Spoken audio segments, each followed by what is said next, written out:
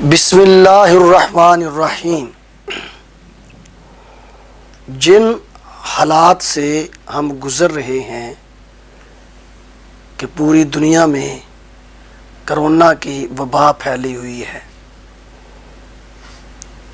اس بیماری کو مد نظر رکھتے ہوئے علماء کرام نے یہ فتویٰ جاری کیا ہے کہ گھروں میں نماز ادا کی جائے اور گھروں کے اندر نماز با جماعت کا اہتمام کیا جائے۔ اسی طرح اگر گھر کے اندر کوئی جمعۃ المبارک کا خطبہ دینے والا موجود ہے تو وہ گھر کے اندر ہی جمعۃ المبارک کا خطبہ دے اور جمعے کی نماز پڑھا لے۔ اگر گھر کے اندر جمعۃ المبارک کا خطبہ دینے والا انسان میسر نہیں ہے تو گھر میں ظہر کی نماز با جماعت ادا کر لی جائے جمعے کی جگہ پر۔ ساتھ ساتھ یہ مسئلہ بھی سماعت فرما لیں کہ کچھ لوگ گھروں میں بیٹھ کر آن لائن انہوں نے نمازیں پڑھنا شروع کر دی ہیں۔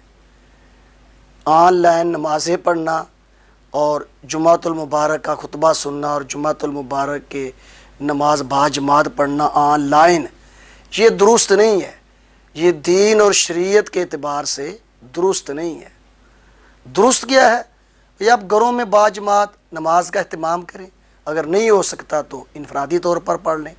اسی طرح گھروں میں جمعۃ المبارک کے خطبے کا اہتمام کریں، اگر یہ نہیں ہو سکتا تو ظہر کی نماز اس کی جگہ پر ادا کر لیں۔